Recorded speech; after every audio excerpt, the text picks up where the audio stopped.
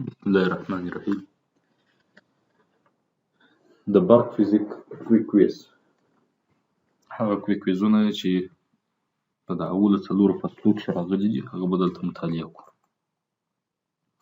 د برق فزیک زموږ او ستاسو څلورم پارټ دی. د دې فزیک الکتریسیټي اند میګنیټیزم، برېښنا او مقناطیسیت، 22م فصل، 23 24 او 25. دا څلور فصلونه دي. د دې فصلو کویک کویز به سره حل کړو. اول فصل زموږ او ستاسو د برق د فزیک ده. الکتریک فیلډز یا هم برېښنایي ساحې دي. د 1588 صفحې څخه بیا تر 614 صفحې پورې شته. په 591 صفحه کښې د پراپرټیز اف الکتریک چارجز تر عنوان لاندې یو کویک کویز یې راکړی دی. لومړنی کویک کویز دی. په دې کویک کویز کې څه راته وایي؟ که چېرې موږ او تاسو درې جسمونه ولرو او دا درې جسمونو څخه مې 2 دانې راځوړند کړي وي په یو داسې رسۍ باندې چې عایق رسۍ وي چې دا چارجونه بې ځایه نه کړي، او یو درېیمي جسم راوړو و دا هر یوه ته یې جلا جلا ورنږدې کوو. یعنې فرضاً د بي او سي جسم باندې یا پلا د A او B جسم دی سره نږدې کوو یې، بیا د B او C جسم دی سره نږدې کوو یې. نو آیا وایي دغه A او C جسمونه دواړه چې راځړېږي، نو یو درېیمي جسم د B ده راوړو یا پلا د A جسم بیا د C جسم ته یې ورنږدې کوو.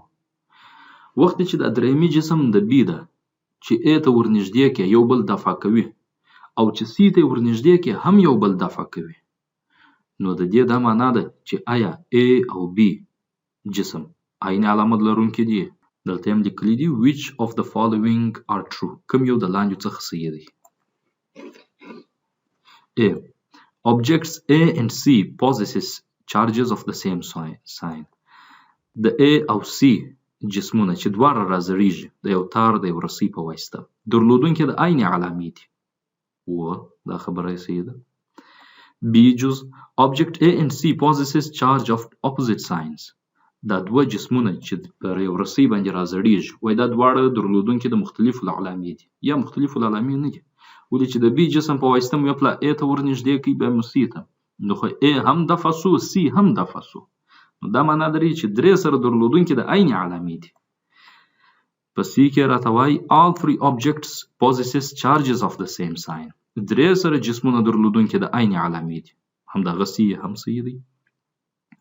په D کې راته وایي one object is neutral. یو په دې اجسامو کښې خنثی دی یا خنثی نه دی. که خنثی وای هغه به هیڅ عمل نه وای ترسره کړی، نه به دفع سوی وای نه به ورته رانږدې سوی وای. او په E جز کې راته وایي additional experiments must be performed to determine the signs of charge. اضافي تجربې باید ترسره سي په همدغه A او پر C جسم باندې تر څو موږ ته دا راوښیي چې آیا دا مثبت دی که منفي دی. دا خبره هم صحیح ده. د دې لپاره چې د علامو تفکیک یې وسي باید اضافي تجربې په سر ورسول سي. نو په دې ځای کې 3 جوابونه صحیح سول، هم د A جز، هم د C او هم د E جز. دوهم سوال په 592 صفحه کښې دی تر charging objects by induction عنوان لاندې. په سوال کې راته وایي که چیرې 3 جسمونه موږ او تاسو ولرو او یو بل ته یې سره نږدې وکړو، 2 جسمونه په یوه وخت کې سره نږدې کوو. کله چې د A جسم و B ته نږدې کړل سي یو بل جذبوي، او کله چې د B جسم بیا C ته ورنږدې کړي یو بل دفع کوي. یعنې A او C دواړه راځړېږي په یوه رسۍ باندې، دا B جسم یې پلا A ته ورنږدې کړه او بیا یې C ته ورنږدې کړه. کله چې C ته ورنږدې کړي سره دفع کوي، او چې A ته یې ورنږدې کړي بیا سره جذبوي. نو کوم یو وای د لاندې څخه صحیح دی؟ معلومه خبره ده چې objects A and C possesses charges of opposite sign. A او C جسمونه د مختلفو علامه درلودونکي دي. ولې چې د B په واسطه یو دفع سو بل جذب سو، نو خو دا معنا لري کېدای سي یو منفي بل مثبت. نو A او B دواړه یو بل سره مختلفو علامه سول، دا خو یو. دوهم E هم صحیح دی. Additional experiments must be performed. اضافي تجربې باید سرته ورسول سي تر څو موږ ته د دا جسمونو علامې ظاهرې سي چې A مثبت دی که منفي او C بیا منفي دی که مثبت. دواړه صحیح دي په دې ځای کې. 595 صفحه کښې د کولمز لا د کولم قانون تر عنوان لاندې دریم کویز کښې وایي Object A has a charge of positive 2 microcoulomb. که چیرې د A جسم مثبت 2 مایکروکولم به چارج ولري او د B جسم مثبت 6 مایکروکولم به چارج ولري. دوی دواړه که چیرې یو بل سره نږدې کو نو خو یو پر بل باندې قوه واردوي، الکتریک فورس برېښنایي قوه یو پر بل واردوي. نو کم یو د لاندې جزو څخه صحیح دی، یعنی د قوې کچه به یو پر بل باندې څومره وي؟ د 2 او 6 ترمنځ توپیر خو 3 مایکروکولم به راځي. نو آیا وایي د دې دواړو ترمنځ توپیر به مساوي په -3 سره سي، یا که به دې دواړه یو پر بل باندې په عین ډول قوه واردوي، یو به راسته طرف او بل به فرضاً چپه طرف ته واردوي سره د B جز پر اساس، او که د C جز پر اساس چې یو 3 چنده بل مساوي د منفي سره کېږي، او که داسې نور. موږ او تاسو د نیوټن د قانون لاندې ویلي وو همیشه 2 اجسام، 2 کتله لرونکي اجسام یا 2 چارجدار اجسام چې یو پر بل باندې قوه واردوي، د دې دواړو کچه مقدار یو د بل سره مساوي کېږي، البته په منفي علامه سره. نو ځکه په دې ځای کې د B جز صحیح دی. په 601 صفحه کښې تر Analysis Model Particle in a Field هغه electric field تر عنوان لاندې 4م کویز وو. که یو امتحاني چارج د مثبت 3 مایکروکولم په اندازه سره د P په نقطه کښې قرار ولري، د P نقطه بیا داسې نقطه ده چې هغه P نقطې ته برېښنایي خطونه موجه دي یا برېښنایي ساحه کښې دی قرار ولري، او هغه هم داسې ساحه چې راسته طرف زموږ فرضاً چې ناست یو د دغه راسته طرف ته برېښنایي ساحې خطونه موجه سوي وي، او د هغو برېښنایي ساحې د خطونو شدت 4 میلیونه نیوټنه پر کولم به دی. اوس نو موږ او تاسو خو دلته یو امتحاني چارج د P نقطې ته راوستی و د مثبت 3 مایکروکولم په اندازه سره. کول همدغه امتحاني چارج -3 مایکروکولم بسي، نو هغه باندني برېښنایي ساحې خطونه چې راوتلي دي وراسته طرف ته، د هغو پر جهت باندې به څه اغیز ولویږي، یا به د هغو په مقدار یا د برېښنایي ساحې د شدت باندې به کم اغیز ولویږي. اول A it's unaffected، هیڅ اثر به نه پوسي. B it reverses direction، چون د P نقطې ته موږ او تاسو د مثبت 3 مایکروکولم به پر ځای -3 مایکروکولم به راوړي، نو وایي کېدای سي د ډایرکشن یا جهت تغیر وکړي. او که C it changes in a way that cannot be determined، په داسې خواته دی تبدیلیږي د جهت یې چې موږ او تاسو نشو کولی هغه محاسبه کړو. په دې کې A جز صحیح دی. External electric field یا خارجي باندنۍ برېښنایي ساحې خطونه په ټیسټ چارج پورې اړه نه لري، هغه خو دې په منبع د چارج یا سورس چارج پورې اړه لري. نو بناءً دلته د A جز صحیح دی. د 605 صفحې د motion of a charged particle in a uniform electric field تر عنوان لاندې 5م کویز. Rank the magnitudes of the electric field at points A, B and C shown in figure 2218. وایي طبقه بندي یې وکړئ یا کلاسیفیکیشن یې وکړئ یا رینکینګ یې وکړئ د درو نقطو ده. 2 مثبت چارجدار ذرات دي یو بل ته مو سره نږدې کړي دي، نو هر مثبت چارجدار ذره خپل له ځان څخه الکتریک فیلډ خطونه یا د برېښنایي ساحې خطونه خارجوي.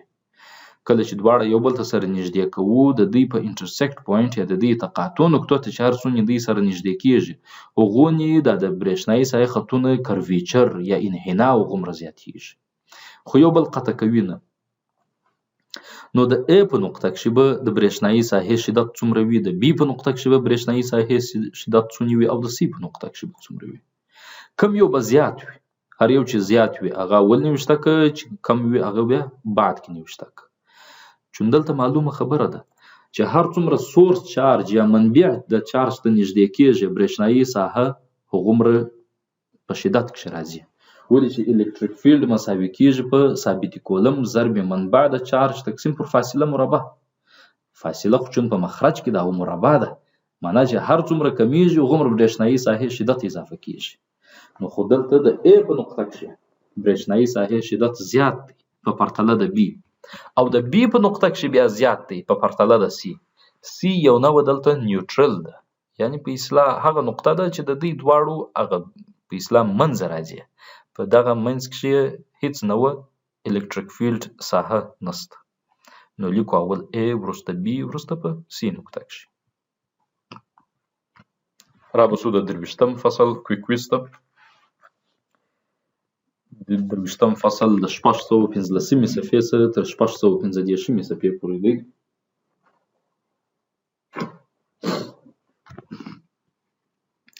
Continuous charge distributions and Gauss's law.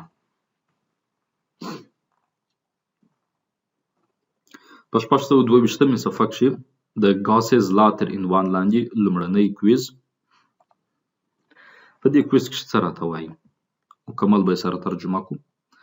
Suppose a point charge is located at the center of a spherical surface. فرض کړئ یو نقطوي چارج د یوې کرې په منځ کښې پروت دی. The electric field at the surface of the sphere and total flux through the sphere are determined. که چیرې برېښنایي ساحې شدت نظر د دا کرې و سطحې ته او سیلان یې یا الکتریک فلکس یې موږ او تاسې محاسبه کړی، نو د فرض مثال یو مقدار لري. Now the radius of the sphere is half. که چیرې اوس د دې کرې شعاع نیمه کړو. What happens to the flux through the sphere? برېښنایي سیلان کښې به څومره تغیر راسي نظر همدې کرې ته.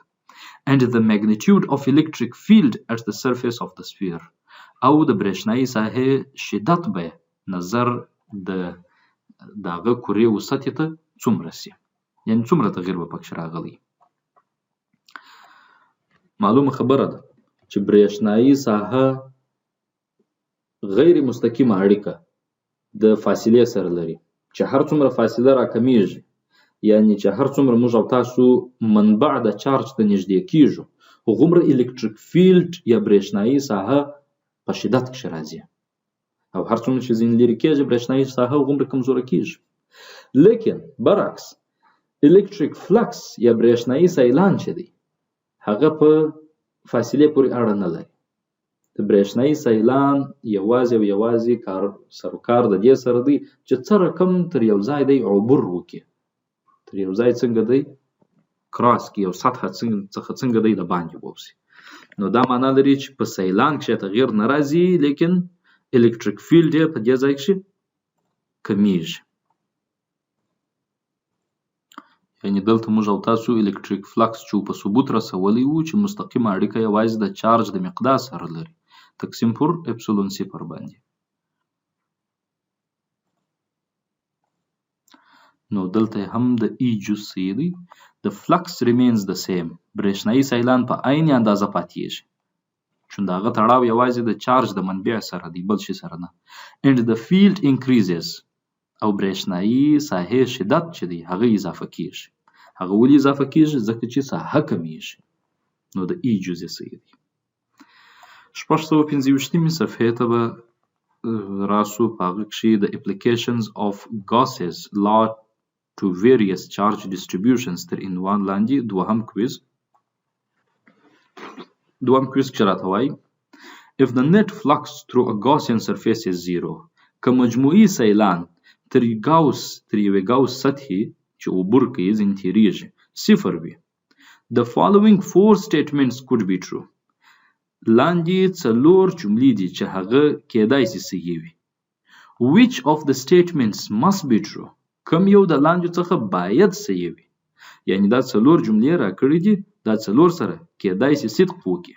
په هغه صورت کې صدق کوي موږ او تاسې یو ګاوس سرفیس لرو، معنا یو ګاوس سطحه لرو. د ګاوس سطحه هغه خیالي سطحه وه چې موږ او تاسو د کار اسانتیا دپاره یو منبع د چارج مو درلودی، د دې دپاره چې د هغه الکتریک فیلډ برېښنایي ساحې شدت په اسانۍ سره محاسبه کړو. یو خیالي یو ګاوسین سطحه پر هغه باندې ترسیموو، او دا خیالي سطحه موږ او تاسې نظر هندسې ته همیشه متناظره رسموو، چې تر ټولو هایلی سیمیټریک یا ډېر ښه متناظره سطحه کروي سطحه ده.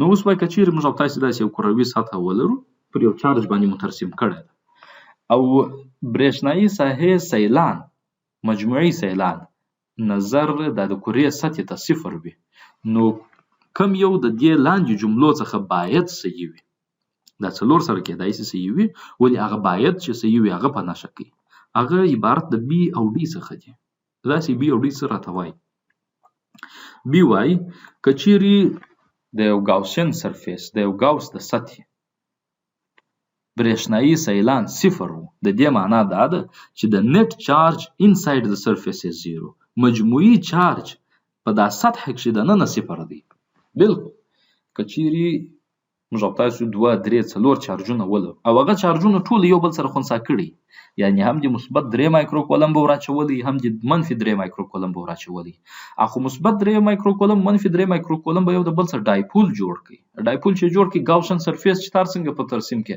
تر هغه څخه د برېښنایي ساحې خطونه عبور نه کوي تیریږي نه اخو دوی ورې دننه سره خنثی شول نو ځکه وایي د نت چارج انساید د سرفیس از 0 مجموعي چارج د سطحې په داخل کښې 0 شوی دی دا خو یو خبره چې صحیح ده صدقي ډي ته به راسو the number of electric field lines entering the surface equals the number leaving the surface بل عمده علت یې دا هم کېدای شي چې موږ او تاسو یو سطحه ولرو د دې سطحې د باندې منبع د چارج پرته وي او دغه منبع د چارج چې دی نو خو څومره خطونه چې دی مواجه کوي دغه کرې ته راځي خطونه دا معنا لري چې په کره کښې دننه تداخل کوي ورننوځي لیکن په غومره اندازه بیا ځینې وځي هم اخو د خطو اندازه چې څومره ورننوځي او ځینې وځي دواړه سره مساوي دي نو چې دواړه سره مساوي دي یو د بل سره تفریق که 0 په لاس درکوي نو دغه 2 جزونه باید صحیح وي په کښې